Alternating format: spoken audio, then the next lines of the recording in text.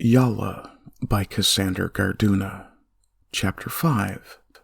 The Spirit of the Cold and the Warmth of a Heart.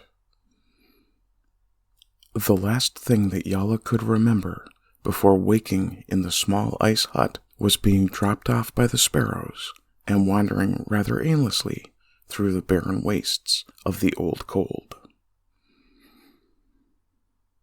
"Don't be afraid. I found you half frozen and thought it my duty to help," said a voice in the darkness. Yolla looked up to see where the voice was coming from, still drowsy. She saw what was in her mind the most beautiful man she had ever seen. A man seemingly made of moving ice. One of the Gog Divazia, spirits of ice.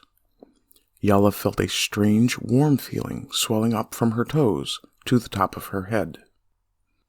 These feelings swirled around in her belly like a whirlpool, and she was the tiny ship descending into the depths.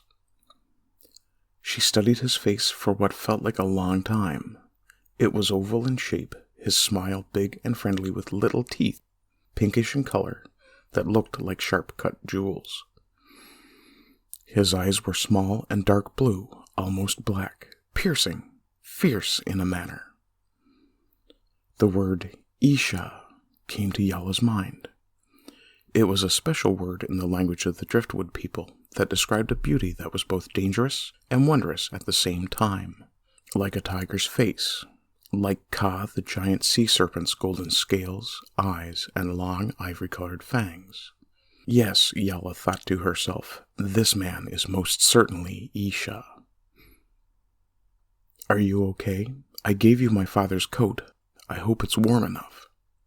Yolla looked down and found herself wearing a beautiful long-hooded coat. It was warm, and although too big, very comfortable. It suited her. This was his father's coat. His father, long since passed, had been one of the driftwood tribe traveling through the old cold.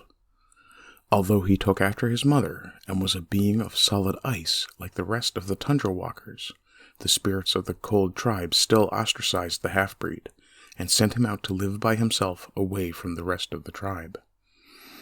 Because of this, he had lived a life of loneliness and solitude, and also because of this, a friendly face like Yolla's was a great boon for the outcast. "I am okay now, thank you so much. I don't really know what to say. I am certain that I would now be wandering through the halls of the dead had you not found me." "My name is Snealumi. What is your name?" he asked. "I am called Yolla." "What are you doing here in the old cold? This is not a hospitable place for your kind." Feeling suddenly foolish, Yolla answered, "I am searching for a home, a place where I belong, like you belong here." "I understand," said Snea, and he did. "I understand." Yolla thought about these two words she had never heard before, even from her own people. She was always awkward, different, a spirit disconnected from the world, and much like Snea, an outsider to her own people. She smiled at this spirit of the cold, and he smiled back, big, wide, and caring.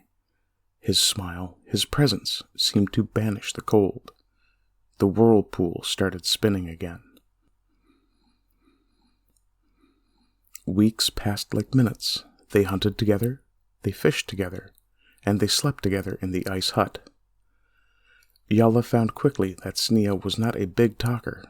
He seemed mostly content to listen, but when he did say something, it was well thought out and poignant. They became fast friends, best friends, in fact. Both had been lost on this island without each other. One night, Snea spoke in his soft voice that always reminded Yolla of the calming effect of a cat's gentle purr. "Come with me. It's night now. I want to show you something." Yolla did not hesitate, and as soon as she made it outside, before Snea said anything, she realized what it was that he had wanted to show her. The moon was an enormous silver eye over this island called Athelandrun, and the stars, like the sparrows that had brought her there, were numerous and lively.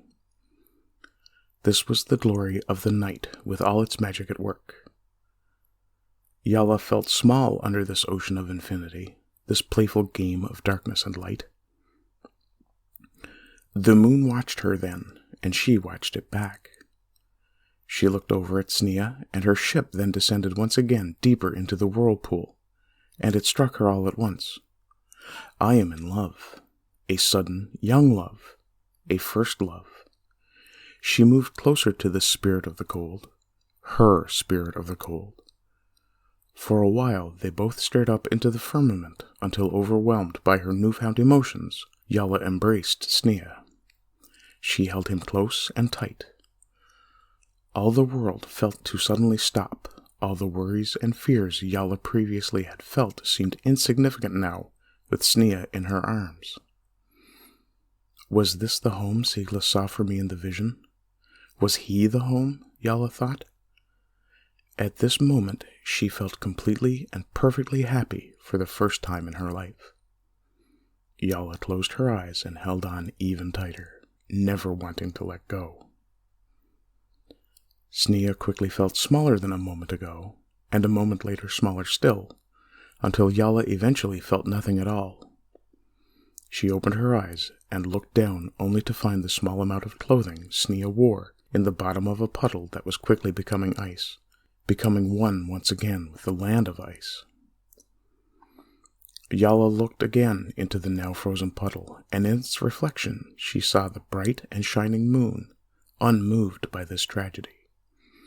Yolla began to cry, and her tears froze halfway down her face, and she sat down in the ice and snow beside her gone would-be home.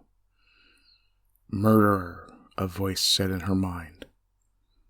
She looked around for Fog, thinking the chicken killer had followed her after all. "You destroy the things you love," the voice continued.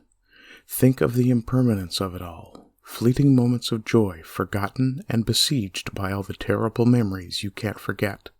This life but a shimmering spark in an endless void, here and gone, and only the watching moon remembers." She looked once again at that luminescent rock hung there in that endless liminal space between all things. "You're still here, aren't you?" she said to the moon as her body began to freeze, and, like Sneya, became part of the old cold. She continued to stare at the moon as her spirit left her body. A door not previously there appeared and opened. She looked inside and saw the many doors of the Hall of the Dead. One may have led her to paradise, another to the hunting grounds, and possibly one to rebirth. But the moon, it called to her. At the speed of thought, her spirit raced towards the heavens, and without the movement of time, she found herself on the surface of the moon. And then the answer came to her, and a calm came over her too. "I know now that to find a home, I must become one. I must be a home and live within myself." Yolla prayed to the pale blue traveler. She begged and she pleaded to be placed where she belongs, as the fish had described the traveler putting the blue in its many places. "Merge my spirit to this moon, great traveler, eternally, that I may myself become a place and live within that place," called Yolla. All at once the magic moved upon her, dissolving her spirit and merging that spirit with the eye of the night sky. She felt herself at peace with this, and in this was given both a home and a purpose, to bring light to darkness and continuously watch and illuminate the way for other outsiders trying to find a home. The end.